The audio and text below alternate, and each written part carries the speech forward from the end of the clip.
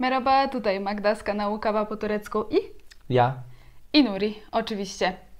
Dzisiaj zapraszamy Was na małe Q&A, chociaż sądząc po ilości wybranych przez nas pytań, to nie będzie takie małe wcale. Wspomnieliśmy Wam o tym, że u nas tutaj w Vanerciś cały czas mamy śnieg, paskudną pogodę, zimno. Nie mam ochoty w takiej pogodzie wychodzić z domu, naprawdę mamy już dosyć, czekamy na wiosnę. Więc stwierdziliśmy, że po prostu nagramy dzisiaj taki domowy filmik, pogadankę, dawno nie było. Tak. To sobie dzisiaj pogadamy. Prosiliśmy Was o zadawanie pytań, zadaliście ich bardzo dużo, za wszystkie dziękujemy. Ja pozbierałam te najciekawsze, te, które się najczęściej powtarzały, te, które miały najwięcej lajków. No na wszystkie oczywiście nie damy rady odpowiedzieć, ale trochę ich jest. No to co? Zaczynamy. Zaczynajmy, bo dużo jest. Okej. Pierwsze pytanie. Kiedy stopnieje śnieg u Was w Erciś? No nie stopnieje w tym roku jakoś. No ja mam nadzieję, że w końcu stopnieje. Wiecie co, no jak tak patrzymy na prognozy pogody, no to jest nadzieja. Wygląda na to, że od przyszłego tygodnia już będzie cieplej. Oby. No ale pytacie też o to, czy to jest tak normalnie, że tutaj jest taka zima. No w sumie tak. Tak. No długotrwałe jest co roku. Tak można powiedzieć. Tak, jesteśmy tutaj 6. rok i najdłuższa zima jaka była to chyba właśnie pierwszego roku naszego pobytu tutaj, bo wtedy był śnieg od listopada aż do maja.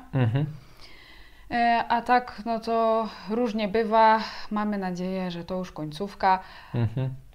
Ale w tym roku w całej Turcji jest bardzo zimno. I dużo pada. I dużo pada. Także no, coś się zmienia w klimacie. No i tutaj jest powiązane pytanie, czy macie ogrzewanie w domu? Jeśli tak, to jakie? No mamy oczywiście. Jak bez ogrzewania? No właśnie tutaj temperatury dochodzą czasem do -20, więc no jak bez ogrzewania? Oczywiście, że mamy ogrzewanie. I tak naprawdę ogrzewanie jest we wszystkich domach w całej Turcji. No Tak po prostu jest. tylko w tych miastach położonych przy brzegu Morza Śródziemnego, no to może się zdarzać tak, że nie ma typowego ogrzewania, tylko dogrzewają się ludzie klimą wtedy, kiedy trzeba, albo farelką. Ale generalnie ogrzewanie jest i u nas. W tej chwili mamy ogrzewanie gazowe. Tak. W kuchni jest podłączony taki piecyk gazowy, na którym ustawiamy temperaturę wody w kranie, wody w grzejnikach i tym ogrzewamy. Ale zanim podłączyli nam gaz, to jaki był system? Węgiel. Takie centralne ogrzewanie. No. W piwnicy, w bloku był piec i było centralne ogrzewanie. Po prostu płaciliśmy za węgiel i pan, który tutaj się zajmuje blokiem, palił w piecu 2 razy dziennie, a wodę ogrzewaliśmy wtedy bojlerem. Tak. No, więc jak najbardziej ogrzewanie jest. Nie martwcie się, nie marzniemy tutaj w domu. Dobrze, no i teraz pytanie. Kiedy przeprowadzka? No my też czekamy na to, nie wiemy. Mówiliśmy Wam więcej o tym w poprzednim Q&A, no to już było pół roku temu. Jak Tak. nie oglądaliście, to sobie zajrzyjcie, gdzieś Wam dodam linka. Nie będę tego znowu wszystkiego tutaj powtarzać. No my czekamy, bo no nie można się przenosić w środku roku szkolnego, więc następne losowanie miejsc będzie dopiero latem, więc no najprędzej będziemy cokolwiek wiedzieć w sierpniu albo może nawet na początku września, więc Tak. cierpliwości. Mamy nadzieję, że będziemy już się przenosić. Tak. No. Trzymajcie kciuki. Tak. No dobrze. No i teraz tutaj powiązane pytanie. Czy wschód Turcji to miejsce, gdzie można by było mieszkać całe życie? Nie. Dla mnie i dla nas nie. No bo my nie jesteśmy stąd. Kultura jest inna, język jest inny, ludzie inaczej się zachowują. To nie nasza ziemia, Dokładnie. nasz dom. Wiecie, no to zależy od osoby. My oczywiście będziemy tutaj mówić z naszej perspektywy. My tutaj jesteśmy gośćmi. Tak. Gośćmi oczywiście bardzo ciepło przyjętymi przez tutejsze środowisko. No ale jednak nie czujemy się tutaj do końca u siebie. Mamy cały czas z tyłu głowy to, że będziemy tu tylko na chwilę i chcemy się przenieść w tą część Turcji, którą znamy, w rodzinne strony Nuriego. Tak jest. Wiadomo, Burdur czy może Antalya i te okolice. Tak jak Nuri mówi, tutaj jest inna kultura, to nam trochę przeszkadza, niektóre zachowania ciężko nam zaakceptować, jednak Kurdowie są bardziej konserwatywni. Będziemy na pewno czuć się swobodniej i bardziej u siebie na zachodzie Turcji. Zgadzam się. Czy planujecie w tym roku przylot do Polski? Tak, jak co roku.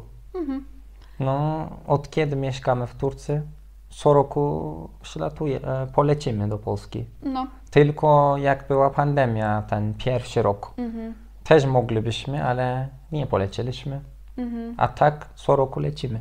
Tak, znowu będziemy lecieć na całe lato. Tak. Taki jest plan przynajmniej. Także latem do zobaczenia w Polsce. Dalej. Czy macie w tym roku w planach spotkanie rodzinne? Mam na myśli mamę Magdy z rodziną Nuriego. Oczywiście. Tak. Niedługo. Niedługo. Już są kupione bilety. Tak, bo idą święta, Ramadan. Właśnie. Będzie wolne.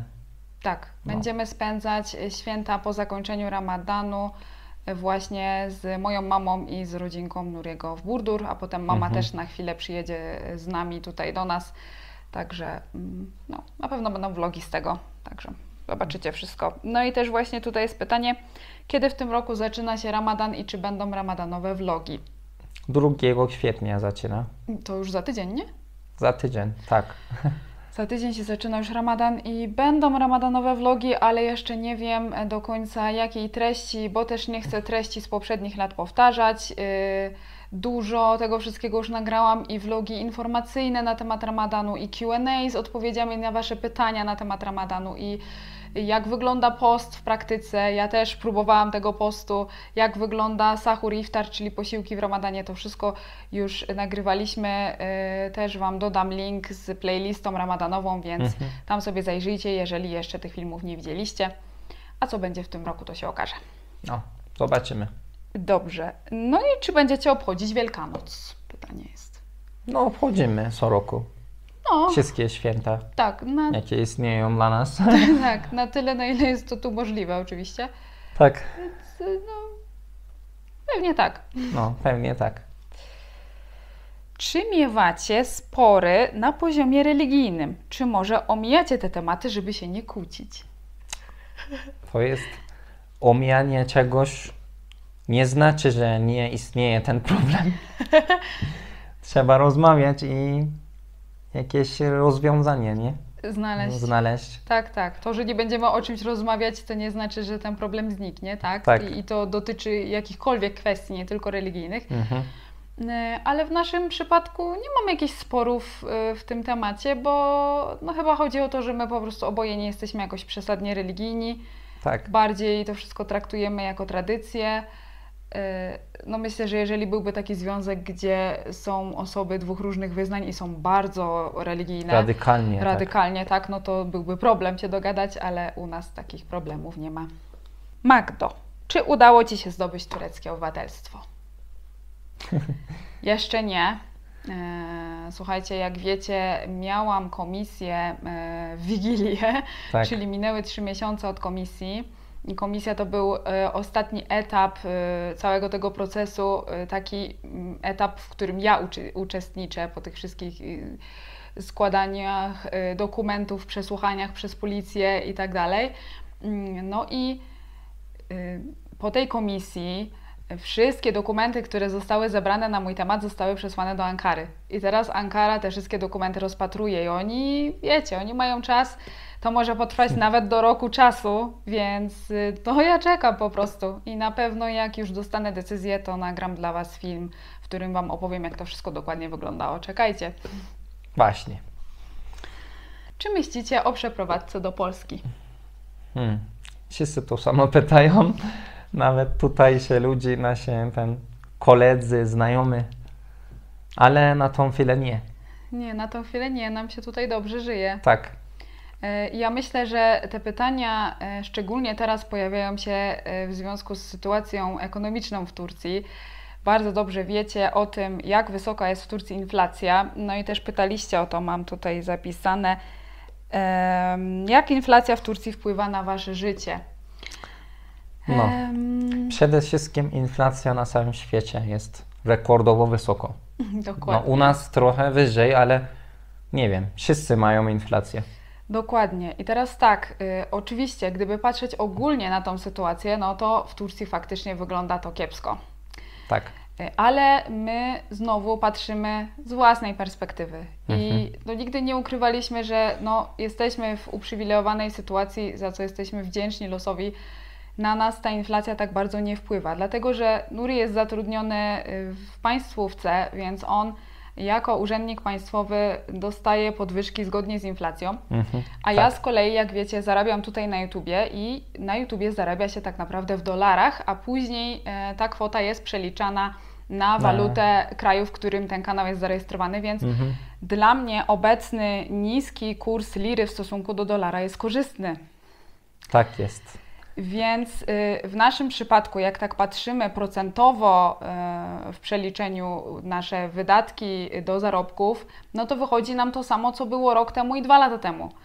Mamy większe wydatki, ale też mamy większe zarobki, więc no na nas to nie wpływa, na pewno nie na tyle, żeby się zastanawiać nad przeprowadzką. No ale faktycznie, jeżeli jest taka rodzina w Turcji, gdzie no jest ta rodzina duża, mają kilkoro dzieci i zarabia tylko mężczyzna, a kobieta jest z tymi dziećmi w domu i nie ma żadnego dochodu. To może być ciężko. Może być ciężko, już szczególnie jeżeli ten mężczyzna zarabia najniższą krajową, no to takie rodziny naprawdę mają w tej chwili ciężko. A dodatkowo jest kryzys ogólnoświatowo. No to nie ma znaczenia, gdzie się przenieść czy coś. Właśnie. W ogóle przeprowadzka to nic nie daje. No dokładnie. Wszędzie jest źle i może będzie gorzej. Globalnie jest problem, tak. Nie tylko w Turcji. No, gdybyśmy teraz przenieśli się do Polski, nie wiem, czy faktycznie by to miało polepszyć naszą sytuację. Raczej nie. No a w Turcji myślę, że będzie taki skutek tego, że po prostu coraz więcej Turczynek, chcąc nie chcąc, będzie musiało iść do pracy. Tak jest. Do tej pory mogły sobie pozwolić na to, żeby być z dziećmi w domu. Teraz myślę, że no już powoli będzie się to zmieniać. No, będą musiały. Tak. Dobrze. Jedźmy dalej. Jak wygląda sytuacja pandemiczna w Turcji? To akurat bardzo dobrze. Chyba już koniec pandemii, bo niby jest obowiązek noszenia maseczek w pomieszczeniach zamkniętych, znaczy w środku, ale nikt nie nosi. Ja też w szkole nie noszę już od dawna. Tak. I nikt nie zwraca uwagi. No, nikt nie zwraca uwagi. Byliśmy w kinie, galerii, nikt nie nosi, my też nie nosiliśmy. W sklepach, nigdzie. No. W autobusie. W autobusie też nie. Zdarza się, że widzimy osoby w maseczkach, ale no, nikt tego nie kontroluje, nikt tego nie wymaga. I też już zostały zniesione HES-kody. No, prawie wszystko jest zniesione. I przypadków jest bardzo mało. Bardzo mało i nawet minister powiedział, że chyba się skończy to już pomału. Także pod tym względem, jeśli chcecie przyjechać i się martwicie, to tutaj martwić się nie musicie. No. Tak. No i co tu mamy dalej? Dalej mamy. Jak wygląda kupno mieszkania w Turcji przez obcokrajowca? Nie wiadomo, bo nie kupiliśmy ani ja, ani Magda. No właśnie. Nie jesteśmy doświadczeni w tej kwestii, więc nie chcemy Wam tutaj bzdur opowiadać. Odeślemy Was do osoby, która się na tym zna. Ja Wam wrzucę w przypiętym komentarzu. Chodzi mi o Natalię, która mieszka w Alanii i jej mąż zajmuje się właśnie sprzedażą nieruchomości. Także do Natalii się odzywajcie, jeżeli czegoś chcecie się dowiedzieć, na pewno Wam pomoże. Okej. Co dalej? Czy chcielibyście mieć jakieś zwierzę? Tak, psa. I to husky. No Ty chcesz husky. Tak. Właśnie problem jest taki, że ja bym chciała małego psa typu chihuahua, a Nuri chciałby dużego psa. Ja bym chciał taki największy, no. Ile się da. Musi być wielki pies. Dlaczego? No lubię, no. Będę przytulać, chodzić, spacery, coś, turlać na podwodze. Tylko trzeba też patrzeć, gdzie będziemy mieszkać, no bo jakbyśmy mieszkali w bloku, no to z dużym psem by było ciężko jednak. Dlaczego? Husky jest taki spokojny. Wiecie, to jest duża odpowiedzialność. Na tą chwilę, dopóki my żyjemy, można powiedzieć, na walizkach, nie wiemy, co będzie dalej, no to na pewno czegoś takiego nie zrobimy, no bo to trzeba być odpowiedzialnym w tej kwestii. Ale w przyszłości pewnie tak. Tak. W jednym z ostatnich vlogów było widać, że ćwiczysz. Jak często i jak się motywujesz? Czy chodzicie na siłownię? Jak często ćwiczę i jak się motywuję? Jak się zmotywuję, to ćwiczę. No, staram się chociaż kilka razy w tygodniu, ale bywają i takie tygodnie, że nie ćwiczę w ogóle. Jak się motywuję? No, patrzę w lustro i myślę o tym, że zaraz będzie ciepło i nie będzie można już schować niczego w sweterkach. I tak się motywuję. A jeżeli chodzi o siłownię, ja osobiście za siłownią nie przepadam, nie lubię ćwiczyć w miejscu, gdzie są inni ludzie, ja się po prostu krępuję. Ty też nie? A Nury z kolei chodzi na siłownię z kolegami. Nie widać? No właśnie. Nie, ja tak tylko chodzę, żeby wyglądać fit. No. Nie, że chcę wyglądać spuchnięty i ten wielki... Koksu. Tak. I to od niedawna, jakoś tak. No właśnie, więc tak to wygląda u nas ze sportami. Tak. Dobra. I teraz, czy w Ercisz są jakieś kluby, dyskoteki, czy chodzicie do takich miejsc, czy to nie wasze klimaty? W Ercisz nie ma klubów i dyskotek. Chyba nie nasze klimaty. Ja nie lubię. Poczekaj, po kolei. W Ercisz nie ma klubów i dyskotek, są w Van. W Ercisz są bary, w których jest muzyka na żywo, na przykład co tydzień, w weekend. Tak. I tak jak Nuri mówi, to nie są nasze klimaty. Jak byliśmy studentami, no to się poszło do klubu, ale... Ja wolę siedzieć tak spokojnie, pogadać, rozmawiać. No właśnie. A nie głośno muzyka, taniec. Może czasem tam wesele czy coś, spoko, ale... Do klubu nie... Do klubu i ten... Tak jak Nuri mówi, jeżeli już mamy do takiego miejsca pójść, to po to, żeby się spotkać ze znajomymi, sobie porozmawiać, więc raczej wychodzimy do barów niż do klubów. Tak. Jakiej muzyki słuchacie w związku z tym pytaniem? Ja słucham mniej więcej takiej muzyki, jaką wy słyszycie we vlogach. A ty? A ja ogólnie to jest tak. Ja słucham muzykę, zależy jaki mam nastrój, nie? Jeden dzień słucham rock, jeden dzień metal, jeden dzień bardzo takie wolne i ten.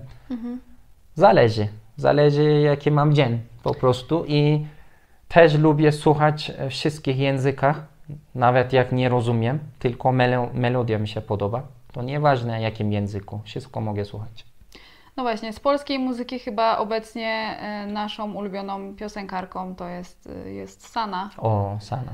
Bardzo lubimy. No. To tak ostatnio w kółko wałkujemy. Jak Pozdrawiam Sana, może ogląda nas. Na pewno. Jak nie, to wysyłajcie. No i właśnie, tutaj jest pytanie, dlaczego nie używasz w filmach tureckiej muzyki? To ja nie rozumiem takie rzeczy, ty opowiadaj. No, ja opowiadam, bo to ja montuję filmy i ja wyszukuję muzykę do filmów, więc to nie jest takie proste, jakby się wydawało. To nie jest tak, że ja mogę sobie użyć do filmu każdej piosenki, jaka tylko mi się spodoba, bo większość utworów jest objęta prawami autorskimi. I jak ja takiej muzyki użyję, to YouTube zablokuje mi filmy albo zablokuje mi zarabianie z tych filmów. Więc my jako twórcy internetowi możemy albo korzystać z takiej muzyki udostępnianej dla nas przez YouTube, albo możemy kupować muzykę na różnych portalach, które oferują właśnie muzykę bez praw autorskich za opłatą. I ja właśnie jestem na takim portalu zarejestrowana, on się nazywa Epidemic Sound. No i tam co miesiąc po prostu płacę abonament i wtedy mogę z tego portalu korzystać ile chcę.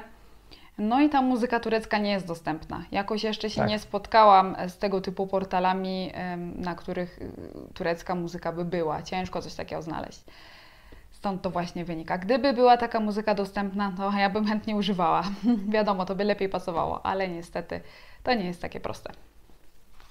Dobra. Kiedy będą następne lekcje tureckiego?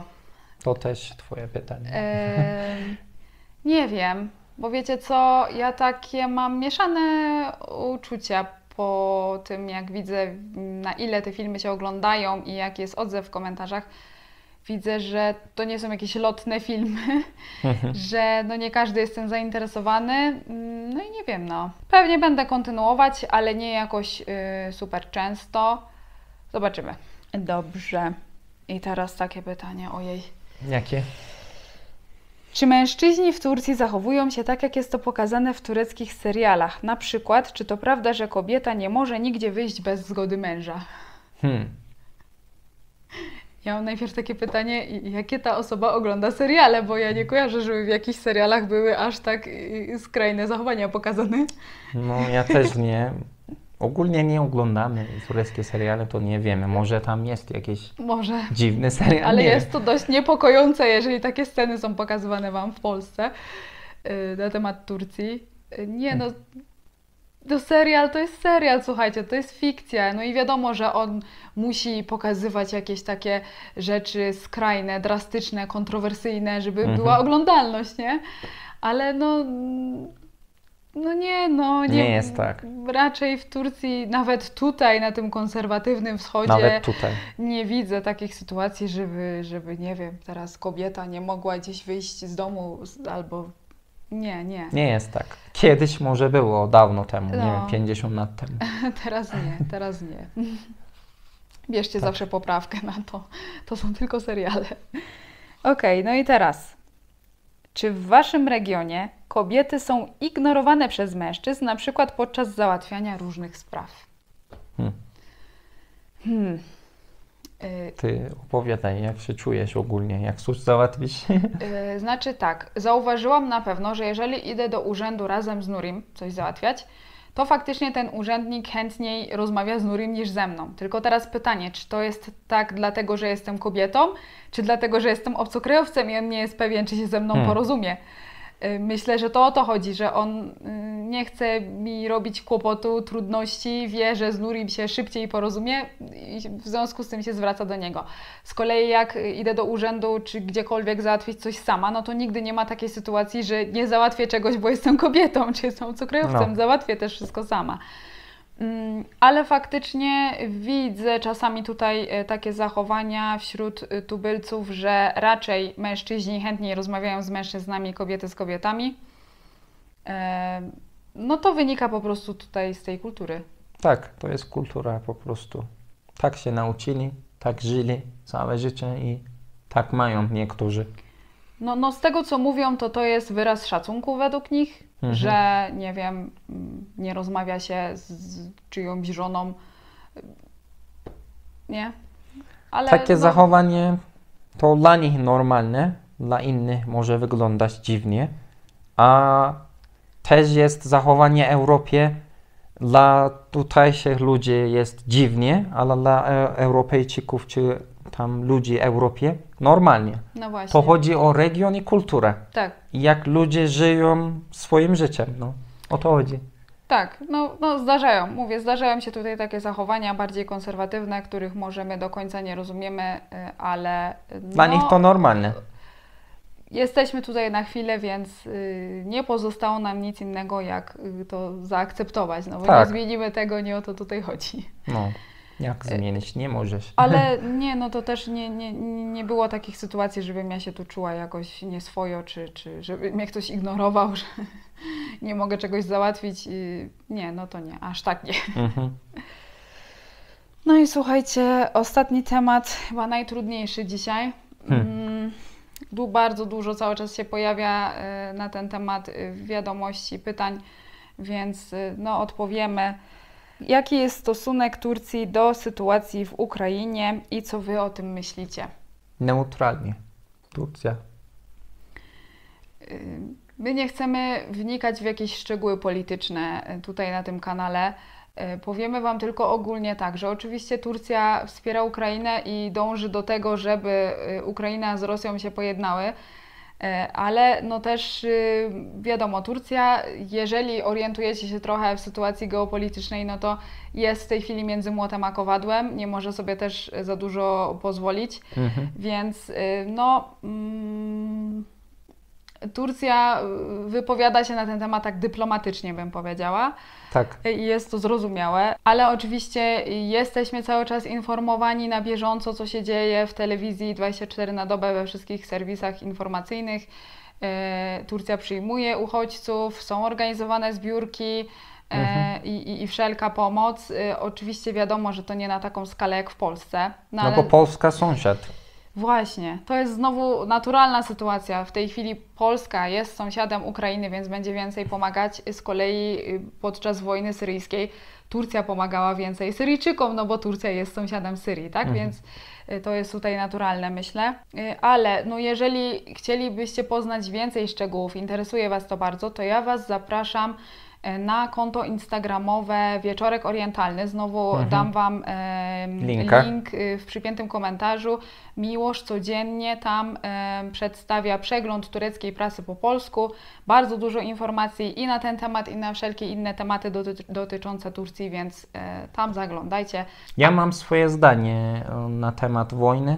Żal mi Rosjan, żal mi Ukraińców, tylko ktoś coś decyduje i biedne ludzi.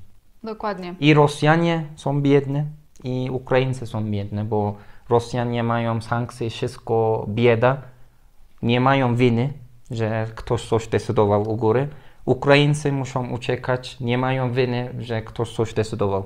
Dokładnie. Ludzi, po prostu żal mi ludzi. Tak, więc my to myślimy. Każda wojna, uważamy, jest bez sensu, bo to są tylko jakieś zagrywki polityczne, a zawsze cierpią na tym niewinni ludzie. Tak. I to po obu stronach barykady. Więc życzymy sobie i Wam wszystkim, żeby nie było wojen. Żeby było spokoju, no. Dokładnie. Tak. No i tym będziemy kończyć dzisiaj. No. Dziękujemy za wszystkie pytania. Jeżeli na jakieś nie odpowiedzieliśmy, no to może przy następnej okazji zapraszam do komentarzy. Jeżeli jeszcze nie zasubskrybowaliście kanału, to subskrybujcie, zostawiajcie łapki w górę, a my widzimy się znowu za tydzień w kolejnym filmie. Mam nadzieję, że już z lepszą pogodą. No. Do zobaczenia. Görüşürüz. Bywajcie.